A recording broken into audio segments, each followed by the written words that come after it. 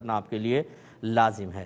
ابھی کے کویسچن لیتے ہیں۔ ایک بھائی نے کہا کہ جماعت میں جب ہم امام کے پیچھے نماز پڑھ رہے ہوں تو کیا ہمیں الحمد پڑھنی ہوگی؟ خصوصاً کہتے ہیں فجر میں لوگ کہتے ہیں کہ پڑھنی ہے، ضروری ہے۔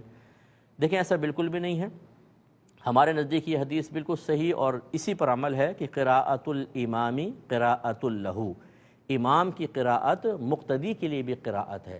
اور یہ جو کہا جاتا ہے کہ لا صلاۃ الا بفاتحۃ الکتاب، حدیث ہے کہ سورہ فاتحہ کے بغیر نماز نہیں، اس سے مراد ذات نماز کی نفی نہیں، کمال نماز کی نفی ہے۔ جیسے نبی کریم نے فرمایا لا ایمان لمن لا امانت لہ، بالکل اسی ترکیب کے اوپر یہ بھی ہے، جو امانت دار نہیں اس کا ایمان نہیں۔ لیکن کوئی بھی اس کا قائل نہیں کہ کوئی خیانت کرے گا تو کافر ہو جائے گا، اس کا مطلب یہ ہے کہ اس کا ایمان کامل نہیں۔ اسی طرح یہاں نماز کامل نہیں، اسی لیے ہم یہ کہتے ہیں کہ اور اب یہ فرق دیکھ لیجئے اس میں، یہ جو حدیث ہے کہ لا صلاۃ الا بفاتحۃ الکتاب، یہ امام کے لیے ہے یا منفرد اکیلے نماز پڑھنے والے کے لیے ہے؟ اور جماعت کے لیے یہ ہے قراءۃ الامامی قراءۃ لہ۔ اس کا مطلب ہر چیز اپنی جگہ سیٹ ہو گئی۔